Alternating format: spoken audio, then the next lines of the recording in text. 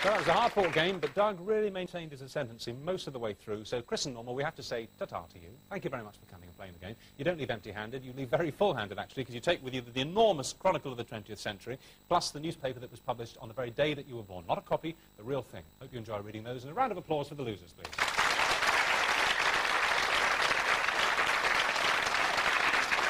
But let's now see if Doug has what it takes to take off from the runway.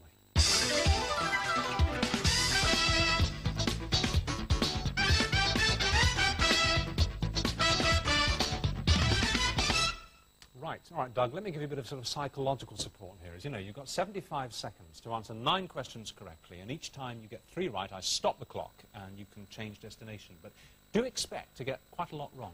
People who win on this game tend to get a lot wrong, they pass on quite a lot, but they just get those key ones right as they go through, and if they keep their bottle, they take off from the runway. If you do win, where would you like to go? Where could we send you? America. You'd like to go to the States? Yes. Well, that's interesting, because the first country, as you can see at the end of the board, is in fact the good old US of A. So with 75 seconds on the clock, if you're ready, we're ready, and we'll start the clock. Now, which 20th century American president married Barbara Pierce in 1945? George Bush. Correct. Who had a hit in 1972 with the song American Pie? Pass. Don McLean. Which sport is played in the United States by the Pittsburgh Steelers and the New England Patriots? Football. Yes. Which American state is nicknamed the Empire State? New York. Correct. Stop the clock. Very good indeed. Right, 58 seconds up there on the clock. You've done very well with the States. Would you like to move to Belgium or stay with America? I'll go with America. You'll please. go with America. Yes, I think you're right too. It's a good strike rate so far. So here we go again. If you're ready, we're ready, and we'll start the clock now. Chris Evert won the ladies' singles title at Wimbledon in 1974 and 76. Which American player won it in 1975? Billie Jean King. Which American actor rejected his Oscar in 73 in protest of Hollywood's degradation of American Indians? Marlon Brando. Correct. In which year did Ronald Reagan win his second presidential election? 84. Correct. In 1986, President Ferdinand Marcos of the Philippines fled to which American state? Hawaii. Correct. Stop the clock. Good stuff. Nice and cool. 35 seconds left on the clock. Now, you can either stick with the USA, or you can move on to New Zealand. I know what I'd do. I'm going to do the same. Stay with America. You'll stay with America. I think you're absolutely right to. Right, you've got just over half a minute then to get 3 more correct. Don't be surprised if you have a bad run, but the way it's going, you might get all 3 right in a row, but we hope you do. I'm sure you'll do it. Fingers crossed for you. And if you're ready, we're ready. We'll start the clock. Now, in the film world, who played the American hero Indiana Jones? Harrison Ford. Correct. In the early 1970s, by what name were the officers of the Democratic National Committee in Washington better known? Creep. Note Watergate. In the film Back to the Future, which make of car was used by Dr. Emmett Brown in his experiment? Pass. DeLorean. In which American state is Hartsfield International Airport? I know it. Pass. Georgia. In which city would you find the Verrazano Narrows Bridge? New York. Correct. Big Daddy Pollitt is one of the central characters in which play by Tennessee Williams? Cat on a Hot Tin. Yes, it is! Cat on a Hot Tin Roof.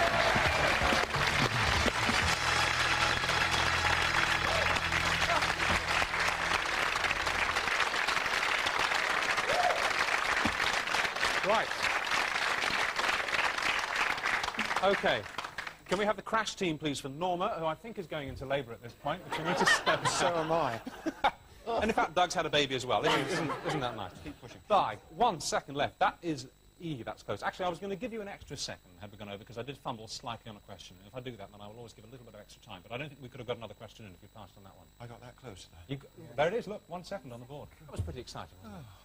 Definitely. Yeah, OK, well, I think you deserve another round of applause, don't you? Go on, give him one more.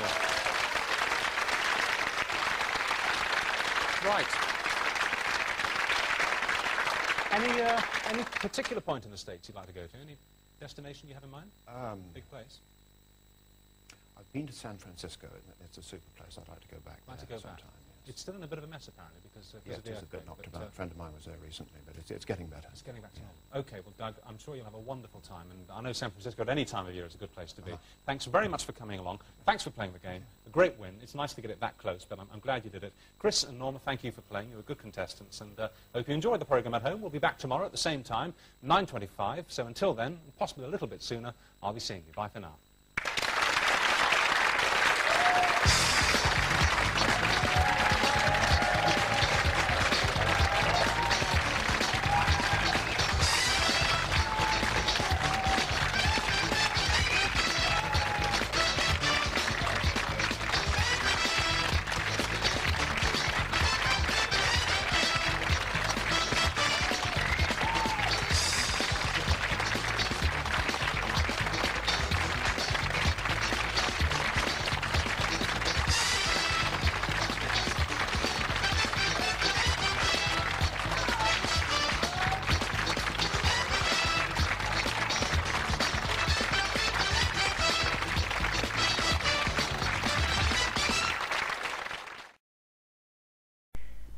And as Richard quite rightly said, Runway returns tomorrow morning as usual at 9:25.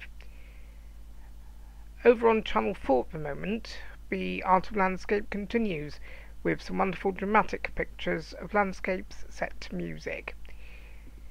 In a couple of minutes here on ITV, we have the ITN news headlines, followed by the Thames regional news headlines, and then we join Glenn Kinsey for Children's ITV Summer Mornings in a couple of minutes.